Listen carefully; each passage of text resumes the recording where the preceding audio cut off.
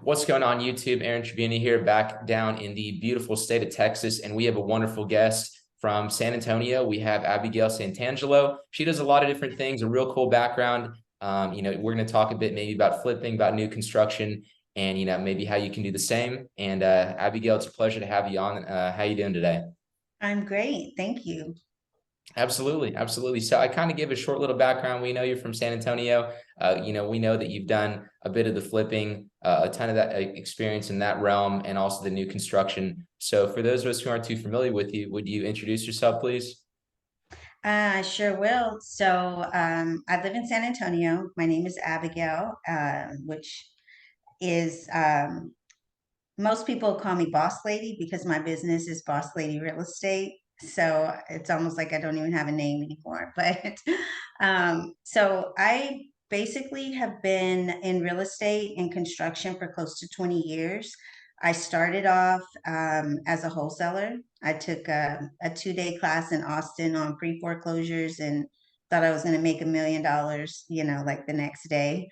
So I've been doing a lot of different phases. I started off wholesaling, went to flipping. I flipped for many, many years.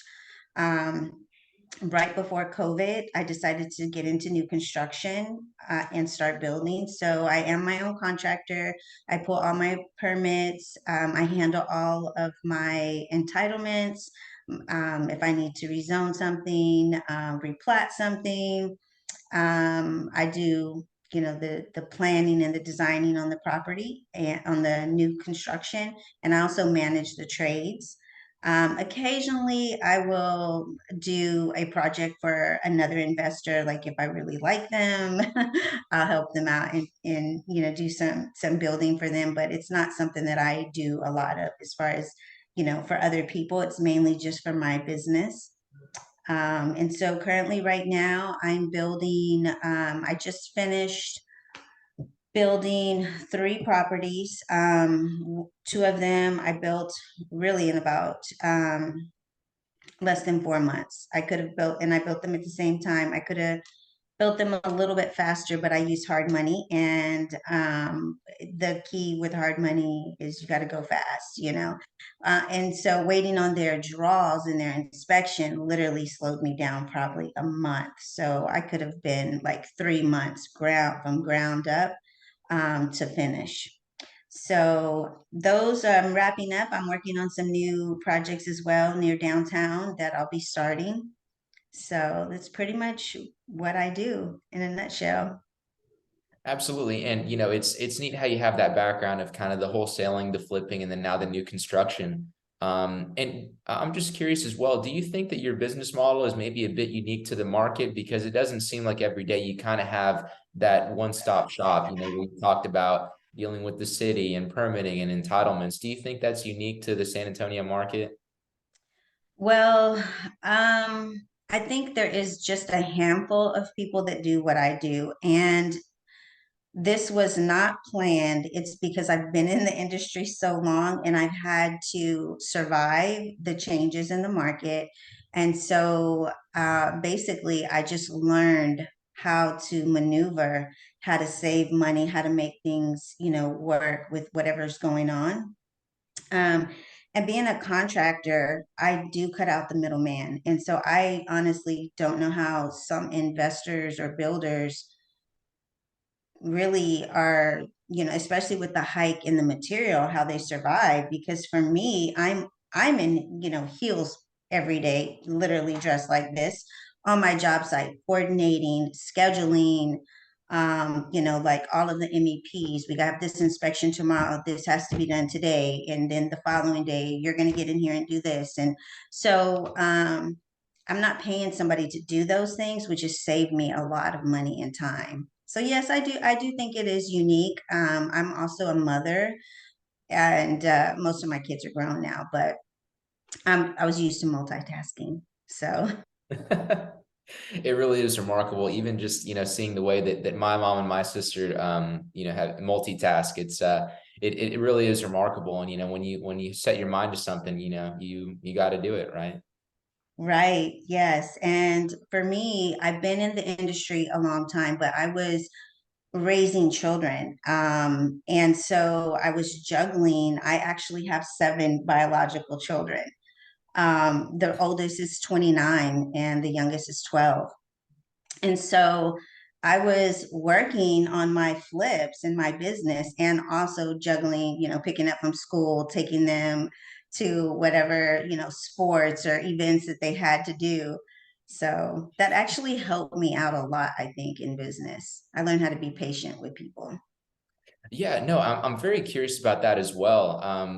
Especially now with, we talked, a bit about kind of supply chain, maybe there's inflation, maybe there's changes in the market. So I think if anything, people are concerned about saving money, but also prioritizing your time. So when you talked about, having seven kids, it can see how it can seem like that's that's a big task on top of already what you're taking care of. I'm curious, how do you stay focused and kind of organize yourself and be able to do both as a mother and a businesswoman? Well, I can't say that I did the best job when they were younger. Just, I'm super honest about everything. Because it's something has to be sacrificed, and I don't want to say I sacrificed my children, but I came from a background of welfare and poverty. And so with my children, it was like, hey, like the only way we're going to have the life that we want is if I'm working. And so for me, they all had jobs. Like my oldest daughter is a chef now because she had to cook and do a lot of the meals. And so like we had to take care of each other, and they took care of each other. So I can't say that I was always balanced. Now I have one at home, so it's a little bit easier. And I just try to maneuver around, his schedule. Like I told you, I have my dog here. I have to, in my office, I have to sometimes, like just multitask and do what I need to do for them. So I don't know. That probably didn't answer your question very well, but it's a challenge. It's a challenge sometimes. I just try to think of the end goal, which is a better life for my family, which helps me stay focused. Absolutely. And, I find stories like this to be so, number one, interesting, but also remarkable as well. And I'm curious, how do you, it sounds like there was some sort of mindset shift there, right? If you're going from, dealing with these hard situations and being on welfare to where you're at now, it seems like that can be a tough road, maybe being a bit impatient or maybe, going about things the wrong way. How did you stay focused to be able to get from, where you were to where you are now? Um, it is tough because your background does play a big part in what triggers you. And so for me, it was, honestly, it was my children. It was from day one of having my first child that I literally said to myself, I'm going to create a better life for them if I have to like start off scrubbing toilets. Like there was no ego here. Like you got to do what you got to do. I wasn't like stripping in the strip club, but I was working hard, and for me, I always thought about like what are they gonna how I always thought about how my grandfather or my children would look at me by the decisions that I made, or God. And so it just helped me to stay focused and stay on track with doing things the correct way. I say the correct way, but like the ethical way. So Yeah, absolutely. And that's a great way to look at it that people often forget as well is that, obviously, maybe people are counting on you in this case, children, but also thinking about, the people who have come before you, how can you maybe do business or how can you conduct yourself in a way that honors them? right, and and I'm the way that I feel is that I don't really care what every person thinks of me, because that is just too much stress on us, to be constantly worried about what other people. But I do feel like you have these core people in your life that are going to be there forever. And so, I want to be a good role model for them. Absolutely. And, I'm curious as well. I know you mentioned how you have a lot of children. Do you have aspirations, or did they have aspirations to be part of the business that you're in? Or I know one's a chef, but what do they think of it? Well, truthfully, now that they're getting older, they definitely see the vision. When the boys were younger, because I made them work in my houses. I made them do demo. I made them paint. I like literally, made them work. And so they're like, I don't want no part of this for a long time. They did not want to do construction. They didn't want anything. So they became barbers, but now their mind has shifted to real estate into okay, buying this strip would be so we can have barber shops in here or restaurants. So now, they're definitely changing their tune. Yeah, absolutely. No, it's interesting you mentioned Barber as well. I follow, I guess, a few guys on Instagram. There's one guy, I think he's out of Atlanta. He's called Beyond the Clippers. So I guess, his handle, he's a barber, but he also does real estate too. So it's kind of cool to see that. Yeah.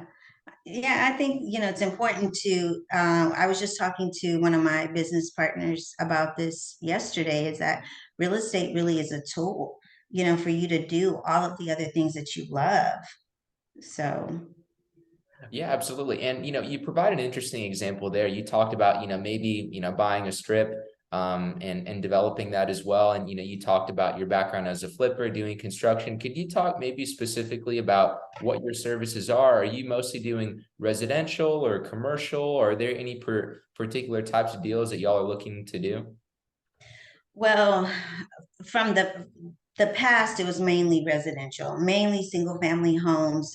Moving into the future, and it just so happened that my business plan was actually already to go into multifamily. And now I feel like with the market the way it is, multifamily is the way to go. Whether you're holding it for sure, or even if you're building something and selling it, it's still you know the way to go versus I feel like with single family homes. So right now, what I'm looking for is land. I like to buy land that is big enough, not too big in the inner city, but big enough where I can put multiple units on it. And usually I can get it at a good price. If I need to rezone it, I only have like 2 months, downtime. I do that myself. And then build. And then moving into the future, we'll be holding more than selling. So pretty much um, that is what I do. Absolutely. And you mentioned something there that's interesting as well, Abigail. You mentioned how you're, kind of gravitating towards the multifamily side instead of single family and also holding as well. Could you talk a bit more, maybe what's going on in the market? Why is working in multifamily and holding maybe the best option here for this market? Well, for one, well, specifically for this market, because if people cannot get a loan or they cannot afford a loan, they're still going to need a place to live. We're in a huge housing shortage right now because several years ago we weren't building enough houses. And so right now, if you can't afford a loan, they're still going to need a place to live and to rent. The rents are going up, so it makes sense. As a builder, I can build at a very good price. And so like if I'm holding it, I'm creating a huge amount of instant equity. And then, being able to cash flow and think about my have this for my retirement, have this to pass on. I mean, it's a no-brainer. Absolutely. And that's a great point to make as well. Especially we're kind of winding down the year. We're approaching December. We're going into the spring and we're still in that housing shortage. So it's interesting kind of this time that we're speaking right now. What do you see for the spring? Do you see demand for construction to continue or to taper off with home prices, or where do you think we're going in the next maybe 6 to 12 months? Well, obviously, we're not going to get out of this situation overnight. So I do think we're still going to have struggles going into next year. I think by the summertime, things should start to be looking better. People will be buying. I personally am not slowing down going into the winter months. I have kicked it up in every single area. So I have in this office, I have a business partner that we do some deals together, but he also has a wholesaling company. And so right now, just, in a room over, we have guys on the phone making calls, still looking for deals. I'm still looking for, lending, private money, hard money, because not only do I find property and build on it, but I also find property and do the entitlements. Sometimes I could just put a plan together for them to see, like a site plan, like a vision, because I do construction. I know the construction costs, so I can put together a whole package for another investor like yourself. And if I buy a piece of land for 100,000, put all of this package together, I can turn around and double my money and sell them this plan. And so we're still looking for deals right now. We're just The one thing that I've learned over the years is that you just have to be creative. When things get difficult, you just have to maneuver a little bit different. You have to just think about, well, what's going on? What do people need? There is still people buying. As for instance, with the single family homes, I'm not doing low income homes right now to flip. That's great if I want to buy, build and hold, because those people are going to need rentals. But to flip, I'm at the median price point and a little bit higher, because those people are not as heavily affected by the increase in the cost of bread, or, all of the inflation.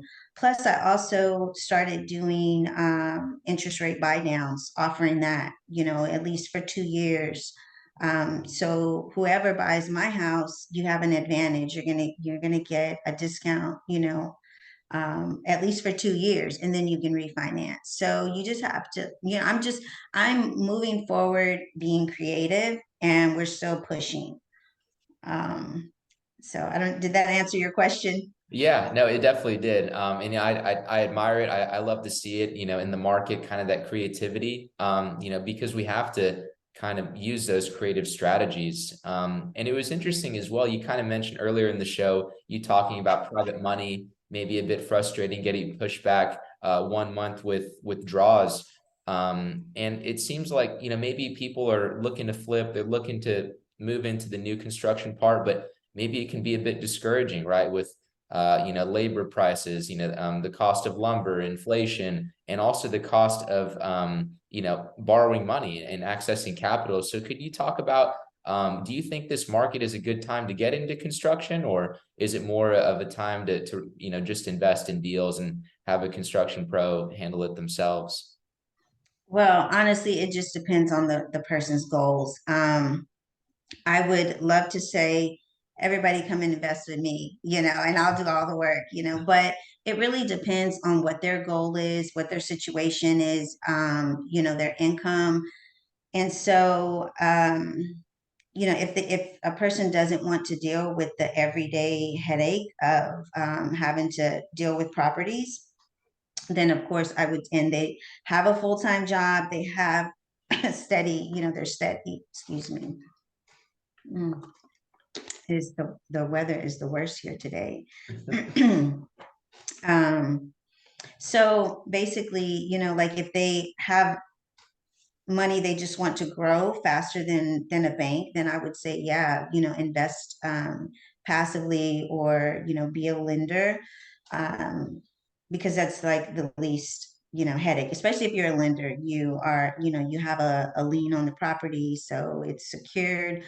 um, and I know that with everything going on, I feel like if they have somebody guiding them, if they want to build new construction, then that's great. Yes, I would recommend it. But I mean, like for me, I've been doing this a long time and I hired a mentor this year and I paid a lot of money because he's doing bigger things. He's doing, apartment complexes. And so like I follow a, a lot of what they teach. So, new construction is not bad right now. The cost of the materials have came down. That has never happened with the lumber prices, that we've seen in 2021. We've never seen that in history before. So I can't imagine it happening again, but I think it's a good time to do either one. If you have make it clear, if you've never done new construction or flipping and you don't have experience, you definitely need to hire a mentor. I'm not selling my mentor service. I don't even have that really. But the reason being is that you can have a great contractor, but this contractor's goal is to make money. So they can tell you whatever they want to tell you, and don't have somebody on the opposite side to advise you. So yeah, I definitely get a mentor if they're going to start new construction. Yeah, definitely, Abigail. That's some great insight there. And just curious as well, is there anything that you haven't said thus far you'd really just like to hit home for our audience? San Antonio is a great place to invest. San Antonio definitely is right in 2007 when the market was crashing. It started in 2007, well, probably long before that. But I had just bought a group of houses from a local company here that actually was not in real estate. They were sued, and they sold me all of these houses that they had to buy. And so I just bought 18 houses. I was fairly new, only been in a couple of years, never did that many flips at one time. And I structured it very well. I got them to finance it. And so it was a really good deal for me. But and then, not even a year later, the market just like crashes. And here I am with all of these houses, I have to make all these repairs. And I just remember we just kept moving. We just kept and I was selling houses. I was not hit. I didn't lose any money, and so that makes me feel comfortable because our prices have never been crazy high like California, our housing prices. We've always managed to stay in a good place with our economy here in Texas and San Antonio. So if anybody's interested in investing in San Antonio, this is where I'm at. Yeah, So well said. I'm obviously very biased as a proud Texan. I'll definitely say, I love San Antonio, have some family there, and it's a great market to invest in. yeah. Yeah, absolutely, Abigail. Well, maybe we're in another part of Texas. We're in Houston, San Antonio, Austin, Dallas, another part of the country, or we just want to connect with you to talk about construction, real estate, San Antonio. Where can we find you? Well, really, the best place is Instagram, Boss Lady Real Estate, the number seven. And that's where I post a lot of my daily work. You can kind of see the craziness of the construction and the real estate. And then, of course, uh, I don't really do a website. I don't have a website. I'm really kind of low key. So it's mainly Instagram, Boss Lady Real Estate 7. Yeah. Okay, very good. Boss Lady Real Estate 7. We'll make sure to have that in the show notes. Abigail, it's been a pleasure sitting down with you, learning a bit more about your journey. From really just getting into the business, the wholesaling, the flipping to new construction. And it's real neat what you do. And thank you again for coming on the show. Well, thank you so much for having me. I appreciate you asking. Sure thing. We'll talk to you later. Bye.